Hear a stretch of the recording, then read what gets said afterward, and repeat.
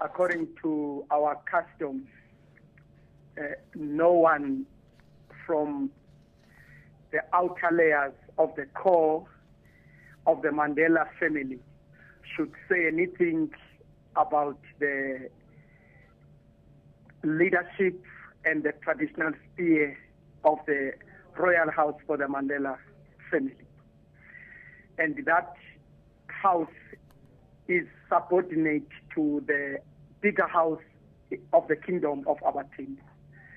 Miss Winnie Madikizela-Mandela was not expected to say anything about the leadership because it is in accordance with the custom that the son should lead the family. And that was also conveyed clearly by our late former statesman. So nobody else should confuse the family. And as the royal family for the kingdom of Abathembu, we need to intervene and make sure that the public is not misled. Let's get another take on this issue. Joining me now is cultural expert Solly Nduku from eNCA. Mr. Nduku, Winnie Madikizela-Mandela said in a statement earlier this week that, and I quote, in accordance with customary law and tradition, the eldest daughter, Makaziwe Mandela, will head the family with the support of her two sisters. Now, is this correct? If not, who must now be head of this family?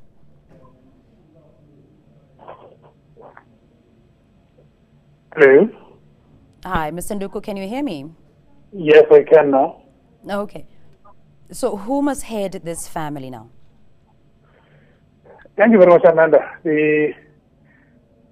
Culturally, the issue of who actually assumes the role of heading the family, it is a matter that is decided by the family itself, especially the elders of the family, because they are the ones who knows the pros and cons of the lineage within the family. But it is a general norm culturally that the eldest son in wedlock, assumes the role of heading the family.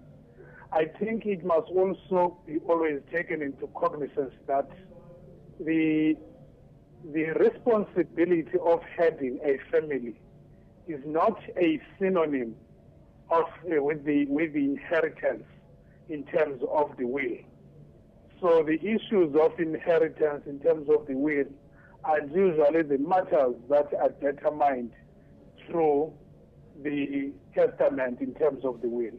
But in terms of assuming the responsibility of heading the family, the eldest son, it follows the same suit that if the eldest son has an elder son or elder son, will actually assume accordingly.